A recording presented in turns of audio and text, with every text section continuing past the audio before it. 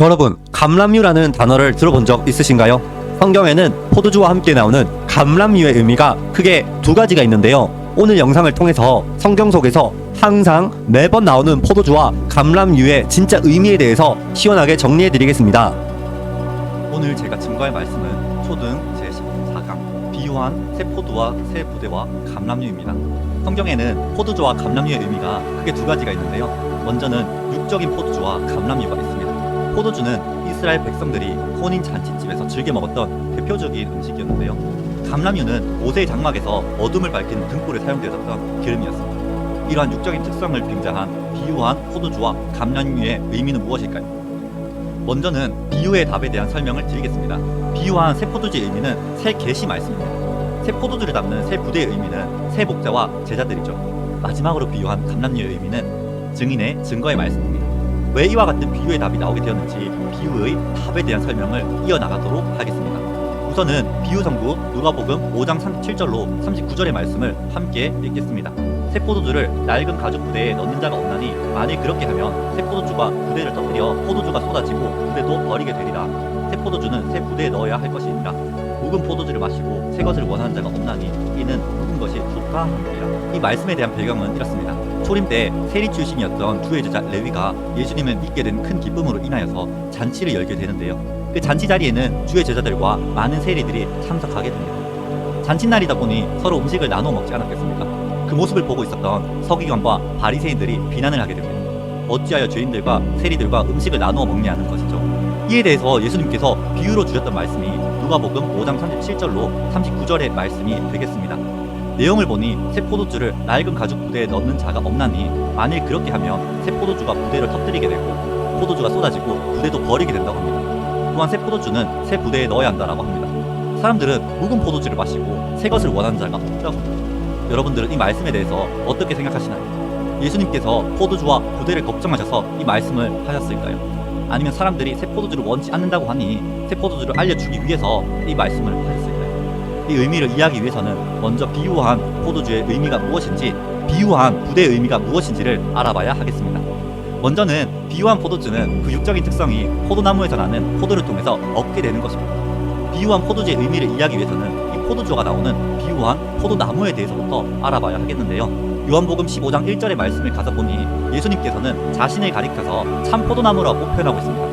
또한 이사야서 5장 7절에서는 포도원은 이스라엘 족속이요 포도나무는 유다 사람이다 라고 말하고 있습니다. 두 가지의 성구를 통해서 보니 비유한 포도나무의 의미는 목자와 성민입니다. 포도나무의 의미가 목자와 성민이라면 포도나무에서 나오는 것이 포도주가 되는 것 아니겠습니까? 이번에는 비유한 포도주의 의미를 함께 살펴볼 텐데요. 이사야서 55장 1절로 3절의 말씀을 함께 읽겠습니다. 너희 목마른 자들아 물로 나아오라. 돈 없는 자도 오라. 너희는 와서 사 먹되 돈 없이 값 없이 와서 포도주와 젖을 사라. 너희가 어찌하여 양식 아닌 것을 위하여 은을 달아주며 배부르게 못할 것을 위하여 수고하느냐. 나를 청종하라. 그리하면 너희가 좋은 것을 먹을 것이며 너희 마음이 기름진 것으로 즐거움을 얻으리라. 너희는 귀를 기울이고 내게 나와 들으라. 그리하면 너희 영혼이 살리라. 내가 너희에게 영원한 언약을 세우리니 곧 다윗에게 허락한 확실한 은혜이라. 이사야서 55장 1절로 3절의 말씀을 보니 하나님께서는 선지자 이사야를 통해서 목마른 자들에게 주실 양식이 있어 이 양식을 사라고 하시는데 이 양식을 살 때는 돈 없이 값 없이 와서 사라고 하십니다. 여러분들은 양식을 사실 때 돈 없이 값 없이 사보신 경험이 있으십니까? 이 양식은 과연 어떤 양식일까요? 2절과 3절의 내용을 보니 너희는 내게 나와서 귀를 기울이고 들으라 라고 말씀하십니다. 그리하면 너희 영혼이 살 것이다 라고 말씀하시죠. 이를 통해서 물과 포도주와 젖이라고 하는 이 양식은 육적인 양식이 아닌 영적인 양식인 말씀이라는 것을 알 수 있겠습니다. 육적인 양식은 사람의 입을 통해서 먹게 되지, 영적인 양식이라고 하는 말씀은 귀를 통해서 들어먹게 되고 먹음으로 말미암아 사람의 심령이 산다라는 것을 알 수 있겠습니다. 그래서 비유한 포도주의 의미는 바로 말씀입니다. 포도주의 의미가 말씀이라면 이 포도주는 어디에서 얻을 수 있을까요? 이사야서 25장 6절로 8절의 말씀을 가서 보니 하나님께서는 산에서 연회라고 하는 혼인잔치를 베푼다고 합니다. 그곳에 준비된 음식은 오래 저장한 맑은 포도주라고 하시는데요. 포도주의 의미가 말씀이라면 오래 저장한 맑은 포도주의 의미는 무엇일까요? 그것은 하나님께서 때가 되어 주시게 되는 새 계시의 말씀이라는 것을 알 수 있겠습니다. 또한 영적인 포도주의 종류가 두 가지가 있으니 하나는 하나님의 포도주요 다른 하나는 사단의 포도주가 있습니다. 또한 하나님의 포도주는 묵은 포도주와 새 포도주로 나뉘어지게 되며 사단의 포도주는 들포도주요 음행의 포도주라는 표현이 나오게 됩니다. 이번에는 하나님의 포도주라고 하는 묵은 포도주와 새 포도주의 의미를 함께 알아보도록 하겠습니다. 초림의 때에 묵은 포도주와 새 포도주가 나오게 되니 그 의미를 이해하기 위해서 누가복음 16장 16절의 말씀을 보게 되면 율법과 선지자는 세례 요한 때까지요, 그 이후부터는 하나님 나라의 복음이 전파된다는 표현이 나오게 됩니다. 하나님의 나라가 천국이 되는 거 아니겠습니까? 천국의 복음이 전파되기 이전에 오랜 세월 동안 전파되었던 말씀이 모세 율법이었다면 이 모세 율법이 묵은 포도주로 할 수 있겠으며, 그 이후에 전파되는 천국 복음은 새 포도주라고 할 수 있겠습니다. 새 포도주의 의미를 조금 더 자세하게 이해하기 위해서 요한복음 1장 17절의 말씀을 보게 되면 율법은 모세로 말미암아 주신 것이요 은혜와 진리는 예수님으로 말미암아 왔다라는 표현이 나오게 됩니다. 예수님을 통해서 진리의 말씀이 나오기 이전에 오랜 세월 동안 증거되었던 그 모세의 율법이 묵은 포도주로 할 수 있으며, 예수님을 통해 나온 그 진리의 말씀이 새 포도주로 할 수 있겠습니다. 구약의 예언의 말씀은 때가 되어서 초림 때 예수님을 통하여서 열린 바 되었고 계시되어서 증거되었습니다. 당시의 유대인들은 예수님을 통해서 증거되는 계시의 말씀을 한 번도 들어보지 못하였으니 그들에게는 바로 그 말씀이 새 포도주가 되는 것 아니겠습니까? 정리하자면 초림 때 묵은 포도주의 의미는 모세의 율법이요, 새 포도주의 의미는 구약을 이룬 새 계시의 말씀입니다. 묵은 포도주와 새 포도주는 초림의 때에만 국한되는 것이 아니라 재림의 때에도 나타나게 됩니다. 재림의 때에 묵은 포도주와 새 포도주의 의미를 이해하기 위해서 누가복음 22장 18절로 20절의 말씀을 보게 되면 이제 하나님 나라가 임할 때까지 포도나무에서 난 것을 다시 마시지 않는다라는 말씀이 나오게 됩니다. 여러분들, 포도나무에서 나는 것이 무엇이겠습니까? 그것은 포도주입니다. 포도주가 말씀이라면 이 말씀을 다시 한번 마실 수 있는 것은 하나님의 나라가 임할 때가 되는 것 아니겠습니까? 하나님의 나라가 임할 때는 주기도문의 내용처럼 뜻이 하늘에서 이룬 것 같이 땅에서 이루어진다는 것처럼 주님께서 다시 오시게 되는 주 재림의 때라는 것을 알 수 있겠습니다. 이 주 재림의 때에 다시 마시게 되는 이 포도주의 말씀을 이해하기 위해서 마태복음 26장 29절의 말씀을 함께 읽겠습니다. 그러나 너희에게 이르노니 내가 포도나무에서 난 것을 이제부터 내 아버지의 나라에서 새 것으로 너희와 함께 마시는 날까지 마시지 아니하리라 하시니라. 마태복음 26장 29절의 내용을 보니 예수님께서 새 것을 먹을 것을 약속하셨는데요, 새 것을 먹는 장소는 아버지 나라이며 먹게 되는 새 것이라는 것은 포도나무에서 나는 것이니 새 포도주라 할 수 있겠습니다. 그렇다면 재림 때 먹게 되는 새 포도주의 의미는 신약을 이룬 새 계시 말씀이며, 이것이 나오기 이전에 오랜 세월 동안 먹어왔던 묵은 포도주는 구약을 이룬 초림의 복음이라는 것을 알 수 있겠습니다. 이번에는 하나님의 포도주라고 하는 참 포도주와 사단의 포도주라고 하는 들 포도주, 즉 음행의 포도주에 대해서 함께 살펴보도록 할 텐데요. 먼저는 참포도나무와 참포도주를 알아볼 텐데요. 요한복음 15장 1절의 말씀을 보시게 되면 예수님께서는 자신을 가리켜서 참포도나무라고 표현하고 있습니다. 왜 참이라는 단어가 붙었을까요? 그것은 하나님께서 참 하나님이시니 참 하나님이 함께하는 예수님도 참 목자가 되는 거 아니겠습니까? 또한 참포도나무에서는 참포도주가 나오게 됩니다. 그렇다면 예수님에게서는 무엇이 나오겠습니까? 실제 포도주가 나오겠습니까? 그건 아니겠죠. 예수님을 통해서 나오는 것은 진리의 말씀입니다. 이 진리의 말씀은 사람의 심령을 살리는 생명이 있습니다. 요한복음 1장 1절로 4절의 말씀을 가서 보니 태초의 말씀이 하나님이시고 그 말씀 안에 생명이 있다라는 표현이 나오게 됩니다. 이는 또한 하나님께서 창세기 말씀을 통해서 우리가 먹어야 될 양식인 생명과실이라 할 수 있으며, 생명과실을 맺게 되는 생명나무는 참포도나무라고 말할 수 있습니다. 그래서 예수님께서는 요한복음 14장 6절의 말씀에 내가 곧 길이요 진리요 생명이라고 표현하고 있습니다. 예수님의 입을 통해서 증거되는 그 진리의 말씀, 구약을 이룬 새 계시의 말씀을 먹었을 때 우리의 심령들이 산다라는 것을 알 수 있겠습니다. 이번에는 사단의 포도나무라고 하는 들포도나무와 포도주에 대해서 함께 살펴보도록 하겠습니다. 구약의 예언인 다니엘서 4장 20절로 22절의 내용을 보시게 되면 저 옛날 하나님의 선민이었던 이스라엘을 멸망시킨 이방 바벨론의 나라 느부갓네살 왕이 나오게 됩니다. 그 왕을 가리켜서 들포도나무다 라고 표현되어 있는데요, 성경 속에서 말씀하시는 왕의 의미는 무엇이겠습니까? 베드로전서 2장 9절의 말씀을 보니 왕같은 제사장이다 라는 표현이 나오게 됩니다. 왕이라는 것은 제사를 인도하는, 예배를 인도하는 목자라는 것을 알 수 있겠습니다. 그래서 느부갓네살 왕은 이방의 목자라고 얘기할 수 있으며, 들포도나무에서 나오는 것은 들포도주입니다. 이 들포도주의 의미를 조금 더 자세하게 이해하기 위해서 신명기서 32장 31절로 33절의 말씀을 함께 읽겠습니다. 대적의 반석이 우리의 반석과 같지 못하니 대적도 스스로 판단하도다. 그들의 포도나무는 소돔의 포도나무여 고모라의 밭의 소산이라. 그들의 포도는 쓸개 포도니 그 송이는 쓰며 그들의 포도주는 뱀의 독이요 독사의 악독이라. 신명기서 32장 31절로 33절의 말씀을 보니 이방의 포도나무에서 맺게 되는 포도는 쓸개 포도요 그 송이는 쓰며 그들의 포도주는 뱀의 독이요 독사의 악독이라는 표현이 나오게 됩니다. 여러분들, 독을 먹으면 그 사람이 어떻게 되겠습니까? 죽지 않겠습니까? 이처럼 이방 목자를 통해서 나오게 되는 그 비진리의 말이 사람의 심령을 죽이게 되는 독이요 악독이라는 것을 알 수 있겠습니다. 이는 또한 창세기 말씀에 하나님께서 절대로 먹지 말라고 하는 양식이 있었으니 그 양식은 바로 선악과입니다. 이 선악과를 맺게 되는 나무는 선악나무이니 들포도나무라 표현할 수 있겠습니다. 다니엘서의 말씀은 구약의 예언의 말씀입니다. 이 구약의 예언의 말씀은 초림의 때에 성취되는 것 아니겠습니까? 그 성취되는 내용을 함께 살펴보도록 하겠습니다. 마태복음 23장 33절의 말씀을 보니 예수님께서 서기관과 바리새인들이라는 당시의 목자들을 가리켜서 뱀이다, 목사다라고 표현하고 있습니다. 여러분들은 뱀을 보신 적 있나요? 서기관과 바리새인들은 사람이었으며 당시의 목자들이었습니다. 그들의 모습이 뱀은 아니지 않겠습니까? 결국 서기관과 바리새인들이 뱉어내는 그 말 자체가 사람의 심령을 죽이는 독이요 악독이라고 비유할 수 있겠습니다. 더 나아가서 예레미야 51장 7절의 말씀을 보게 되면 바벨론은 여호와의 수중의 온 세계로 쉽게 하는 금잔이라는 표현이 나오게 됩니다. 그 금잔 속에는 포도주가 담겨 있으니 이 포도주는 바벨론산 포도주라고 표현할 수 있겠죠. 여러분들은 어느 나라산 포도주를 선호하십니까? 열방이라고 하는 모든 나라에 있는 사람들이 이 바벨론산 포도주를 마시고 인하여 미쳤다라고 합니다. 사람이 미치게 되면 정신이 온전치 못하여서 옳고 그름을 분별할 수 없다는 것을 알 수 있죠. 당시 2000년 전에 서기관과 바리새인들이 증거하는 그 비진리의 말을 들었던 당시의 유대인들은 정신이 온전치 못하고 미친 바 되어서 하나님의 아들인 예수님의 그들의 앞에 나타나셨음에도 불구하고 알아보지 못하고 결국 죽이게 된다는 것을 성경의 역사를 통해서 우리는 알 수가 있습니다. 초림의 때에만 들포도나무와 들포도주가 있었던 것은 아닙니다. 재림의 때에도 출현하게 되니 요한계시록 17장 1절로 5절의 말씀을 보게 되면요, 한 특이한 여자가 나오게 됩니다. 이 여자는 이마 가운데 바벨론이라고 적혀 있으며 손에는 금잔을 들었다라고 합니다. 또한 이 여자는 7머리 10뿔 가진 짐승을 탔으며 많은 물 위에 앉아있다라고 표현합니다.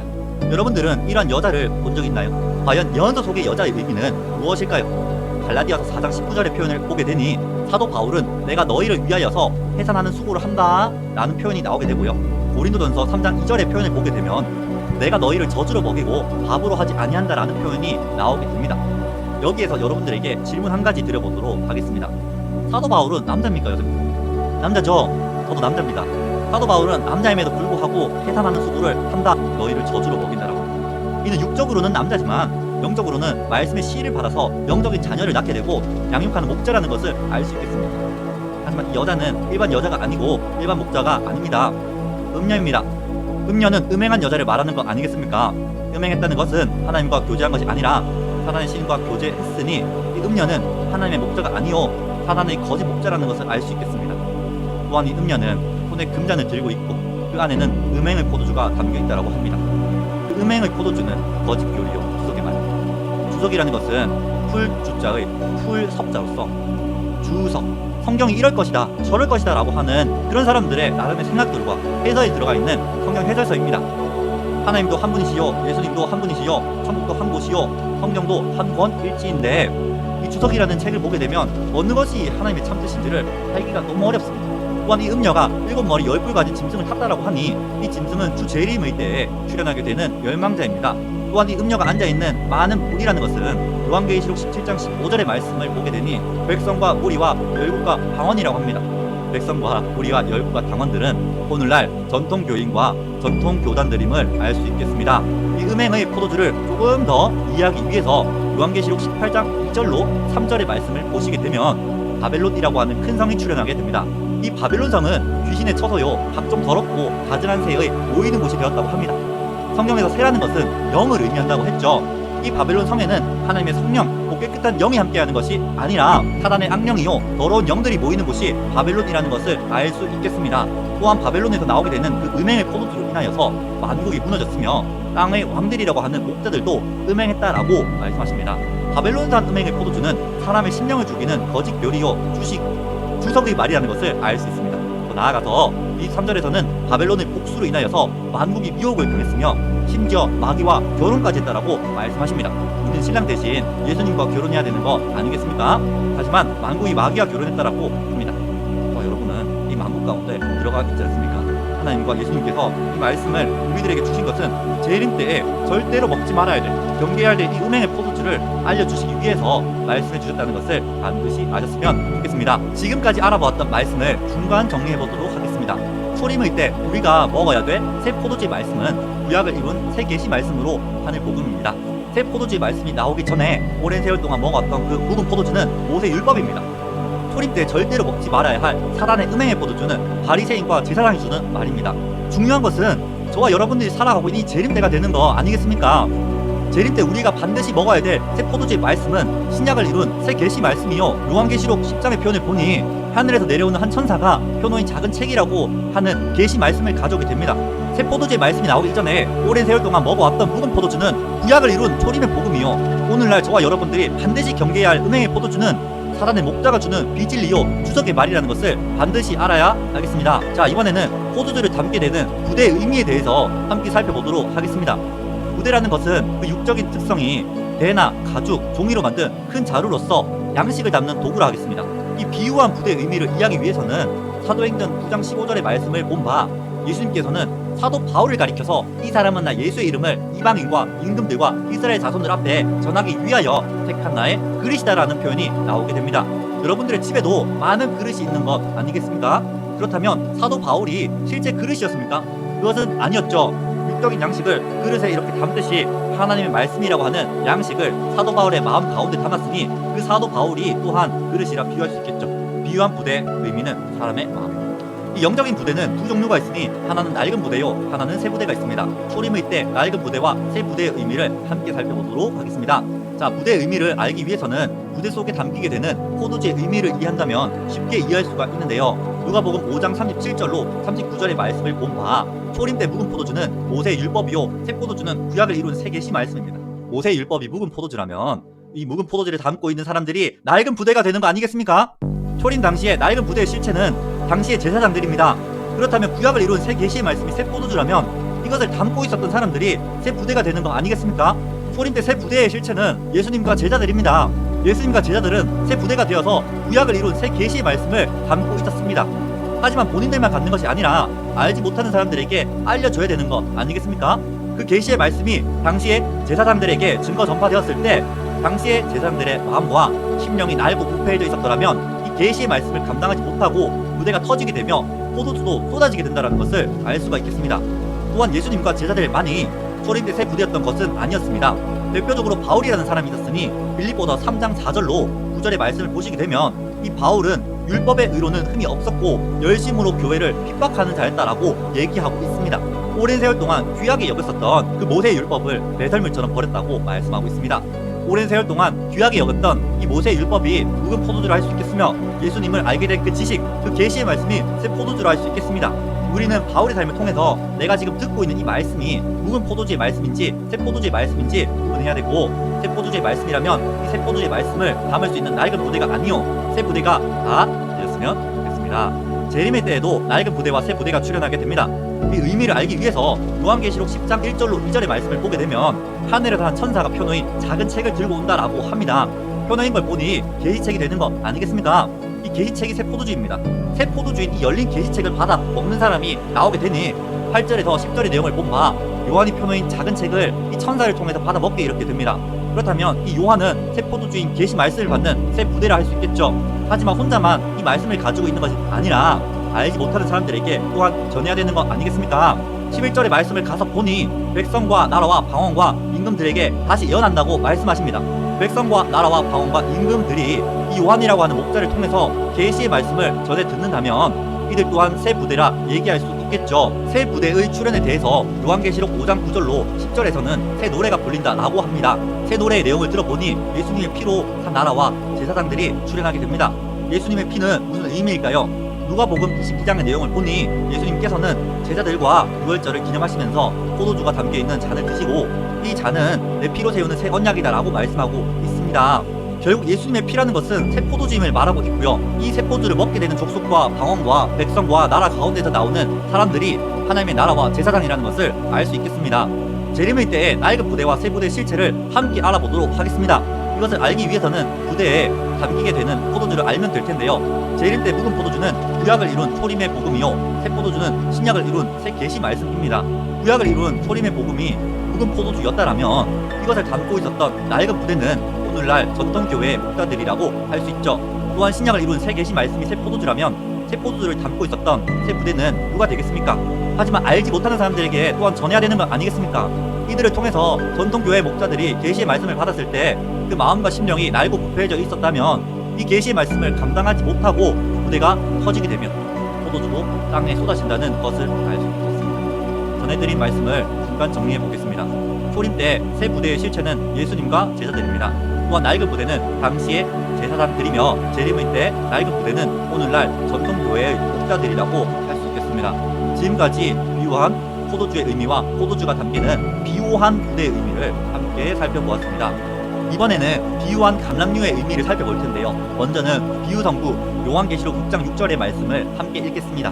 내가 너 생물 사이에서 나는 듯 하는 음성을 들으니 가로되 한 데나리온의 밀 한 대요 한 데나리온의 보리석 대로다. 또 감람류와 포도주는 해치 말라 하더라. 요한계시록 6장 6절의 내용을 보니 내 생물이라는 존재가 출현하게 됩니다. 내 생물은 전쟁과 심판을 담당하고 있는 하늘의 네 천사들인데요. 이들이 출현하게 된 것은 심판의 일을 이루기 위함이었고 이것을 알린 말씀이 요한계시록 6장이라고 할 수 있겠습니다. 내용을 보니 감람류와 포도주는 해치 말라라고 말합니다. 포도주에 대해서는 저희가 함께 알아보았으니 이번에는 비유한 감람류의 의미를 함께 참고해 보도록 하겠습니다. 감람류는 그 육적인 특성이 감람나무에서 맺게 되는 감람 열매를 통해서 얻게 되는 것입니다. 이 의미를 이해하기 위해서 레위기서 24장 1절로 4절의 말씀을 보시게 되면 모세 때 장막의 어둠을 밝혔었던 7 순금 등대가 있었습니다. 이 순금 등대를 밝힐 때 사용되었던 기름이 바로 감람유입니다. 또한 스가랴서 4장 1절로 4절의 말씀을 보니 스가랴가 환상을 보게 됩니다. 그 환상 가운데서 7 순금 등대를 보게 되는데요. 그 의미를 천사에게 물어보게 됩니다. 천사가 답변하기를 7 순금 등대는 하나님의 7 눈이라고 얘기합니다. 성경에서 눈이라는 것은 영을 말하고 있습니다. 즉 모세도 하늘에 있는 7 영들의 모습을 보고 이 땅에 만드는 것이 7 순금 등대입니다. 또한 11절로 14절의 말씀을 보게 되면 7 순금 등대 좌우편에 두 감람나무가 보였습니다. 두 감람나무에 대해서도 천사에게 물어보게 됩니다. 천사가 답변하기를 두 감람나무는 기름 발리운 자 둘이라고 말합니다. 기름을 발리웠다는 것은 주님께 특별히 택함 받아서 구분된 사람이라는 의미입니다. 하지만 이 성구를 통해서는 저희가 비유한 감람나무와 비유한 감람유의 의미를 이해하는 것이 쉽지가 않습니다. 조금 더 자세히 알기 위해서 요한계시록 11장 3절로 4절의 말씀을 보시게 되면 두 증인을 가리켜서 두 감람나무다 라고 표현되어 있습니다. 두 감람나무에게서는 바로 감람유라는 것이 나오게 되는데요. 그렇다면 두 증인을 통해서는 무엇이 나오겠습니까? 실제 감람유라고 하는 기름이 나오겠습니까? 그건 아니겠죠. 이들은 증인이니 이들의 입을 통해서 증거되는 증거의 말씀이 바로 감람유가 되겠습니다. 그렇다면 왜 두 증인이 라고 표현되어 있을까요? 그것은 요한계시록 10장의 표현을 보게 되니 하늘에서 내려오는 천사가 펴놓인 작은 계시책을 들고 오고 그 책을 받아먹는 한 목자가 있으니 바로 요한입니다. 그 요한과 요한의 곁에서 돕고 있는 사람이 있으니 그 두 사람을 가리켜서 계시록 11장에서는 두 증인이라고 표현되어 있습니다. 두 증인의 역사는 시작부터 끝까지 쭉 같이 가는 듯 하나 요한계시록 22장 8절의 내용을 보니 이것들을 보고 들은 자는 나 요한 한 명이라고 말씀하십니다. 여기서 말하는 이것들이라는 것은 요한계시록 전장의 사건을 말하는 것입니다. 요한계시록의 말씀이 성취가 되는 그 현장에서 보고 듣고 전하는 목자는 여러 명이 아니라 오직 요한 한 명임을 알 수 있습니다. 또한 16절의 내용을 보니 교회들을 위해서 보내는 예수님의 사자가 출현하게 되며 예수님의 사자는 이것들이라고 하는 요한계시록 전쟁의 사건을 증거합니다. 결국은 계시록 22장 8절에 있는 이 요한도 16절에 있는 예수님의 사자와 동일 인물이라는 것을 알 수 있겠습니다. 이번에는 천국에 들어가기 위해서 반드시 알아야 할 또 하나의 비유의 말씀을 함께 살펴보도록 하겠습니다. 마태복음 25장 1절로 13절의 말씀을 보시게 되면 예수님께서 그때 열처녀의 비유를 베풀고 계십니다. 마태복음 25장의 그때라는 것은 마태복음 24장의 때부터 연결이 되는 말씀인데요. 마태복음 24장의 말씀은 주 재림의 때를 말씀하십니다. 그러니 마태복음 25장도 예수님께서 다시 오시게 되는 주 재림의 때에 신랑 되신 예수님을 영접하게 되는 열처녀의 비유에 대한 말씀이 되겠습니다. 하지만 신랑 되신 예수님을 기다리는 열처녀의 모습은 똑같지 않습니다. 슬기로운 처녀들은 등이 있으며 기름이 넉넉하게 준비되어 있습니다. 그래서 신랑 대신 예수님을 영접하게 되죠. 하지만 미련한 처녀들은 등은 있으나 기름이 넉넉하게 준비되어 있지 않아서 신랑 대신 예수님이 오기 전까지 기름이 떨어져 가게 됩니다. 결국 그들은 기름이 떨어지게 되어서 슬기로운 처녀들에게 좀 나누어 달라 라고 부탁하게 됩니다. 그랬을 때 슬기로운 처녀들은 나와 너희의 슬기에 부족하니 차라리 기름을 파는 자에게 가서 사오라고 충고해 주게 됩니다. 미련한 처녀들이 기름을 사러 간 사이에 신랑 대신 예수님께서 오시게 되고 슬기로운 처녀들은 혼인잔치에 들어가게 되지만 미련한 처녀들은 들어가지 못하게 됩니다. 그렇다면 왜 이와 같은 결과와 차이가 생기게 되었는지 알아야 되는 거 아니겠습니까? 그것은 바로 기름입니다. 기름을 넉넉하게 준비하느냐 넉넉하게 준비하지 않았느냐에 따라서 혼인잔치에 참여하는가 참여하지 못하는가가 결정된다는 것을 알 수 있겠습니다. 여러분들은 이 기름을 넉넉하게 준비하셨습니까? 이 기름은 과연 어떤 기름일까요? 실제 석유일까요? 이 기름의 의미를 이해하기 위해서는 먼저는 등의 의미를 살펴보도록 하겠습니다. 성경에서 이 등이라는 것은요, 시편 119편 105절의 말씀을 보니 주의 말씀은 내 발의 등이요 내 길이 빛이니이다 라고 말하고 있고요. 베드로후서 1장 19절에서는 우리에게도 확실한 예언이 있어서 어두운 데 비치는 등불과 같다라는 표현이 나오게 됩니다. 결국 비유한 등의 의미는 하나님의 말씀이요 예언이라는 것을 알 수 있겠습니다. 하지만 등만 있다 해서 등불을 밝힐 수 있는 것은 아니죠. 반드시 필요한 것이 기름이지 않겠습니까? 그 비유한 기름의 의미는 증인의 증거의 말씀입니다. 등이 성경이요 기름이 증인의 증거의 말씀이니 특별히 요한계시록의 예언의 말씀이 이루어질 때 그 이루어지는 현장에서 보고 듣고 전하는 그 증인이 증거하는 말씀을 통해서 약속한 천국을 볼 수 있고 약속한 천국에 들어갈 수 있는 것 아니겠습니까? 이는 마치 어둠 가운데에서 등불을 밝힘으로 말미암아 가는 길이 보여지듯이 예언의 말씀이 이루어지는 그 계시록의 성취의 현장에서 증인이 증거하는 증거의 말씀을 통해서 약속한 천국을 발견할 수 있고 들어갈 수 있다는 것을 반드시 알아야 하겠습니다. 미련한 처녀들은 슬기로운 처녀들에게 기름을 좀 나누어 달라고 부탁했었습니다. 그랬을 때 슬기로운 처녀들은 기름 파는 자에게 가서 사오라고 충고하게 됩니다. 그렇다면 과연 기름 파는 자는 누구이며 기름을 파는 곳은 어디 있겠습니까? 이 기름이 실제 석유라면 석유를 얻을 수 있는 곳은 주유소가 되는 거 아니겠습니까?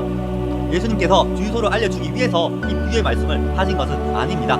결국 기름 파는 자는 예수님의 증인입니다. 예수님의 증인을 반드시 만나셔서 이 기름을 넉넉하게 준비하여 신랑 대신 예수님을 만나실 수 있는 천국 자녀들이 다 되었으면 좋겠습니다. 지금까지 살펴본 모든 말씀을 좀 정리해 보도록 할 텐데요. 주 재림의 때인 오늘날에 비유한 새 포도주는 신약을 이룬 새 계시 말씀이요 우리는 묵은 포도주와 음행의 포도주는 이어내고 새 포도주를 담는 새 부대가 되었으면 좋겠습니다. 비유한 감람나무는 증인이요 감람유는 증인의 그 증거의 말씀입니다. 계시록의 사건의 예언과 그 이루어진 실상을 보고 듣고 전하는 증인이 우리 꼭 됩시다.